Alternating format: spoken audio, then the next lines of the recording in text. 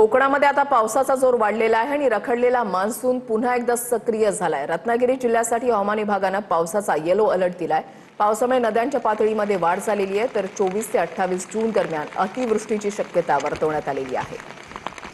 मनोज लेले आमचे प्रतिनिधी या संदर्भातली अधिक माहिती देतील। मनोज, जूनच्या सुरुवातीला रिमझिम पावसाने हजेरी लावलेली होती। उकाड्यापासून जरी दिलासा मिळालेला असला तरी कोकण आणि पट्ट्यामध्ये आणि खास करून रत्नागिरी पट्ट्यामध्ये उकाड्यापासून दिलासा मिळालेला असला तरी शेती कामं केव्हा सुरू होणार याची प्रतीक्षा होते आणि आता जर आपण पाहिलं तर पावसाचा जोर वाढलाय।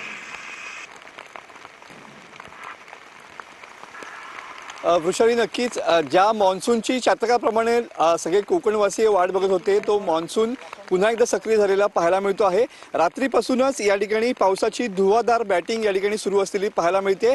रत्नागिरीच्या जिल्ह्याचा विचार केला तर दक्षिण रत्नागिरी आणि उत्तर रत्नागिरी या दोन्ही जिल्ह्यामध्ये दोन्ही भागामध्ये या ठिकाणी पाऊस बरसताना पाहायला मिळतो आहे।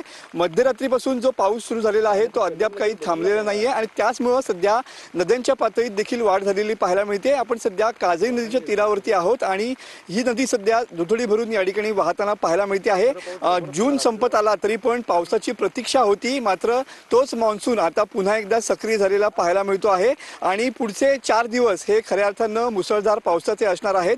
अरबी समुद्रामध्ये या ठिकाणी मान्सूनच्या ढगांची दाटीवाटी या ठिकाणी पाहायला मिळते आहे आणि त्यामुळे पुढचे 4 दिवस हे अतिवृष्टीचे असतील असा देखील इशारा हवामान खात्याने दिलेला आहे। आज दिवसभर नक्कीच धन्यवाद मनोज दिलेल्या सविस्तर माहितीसाठी।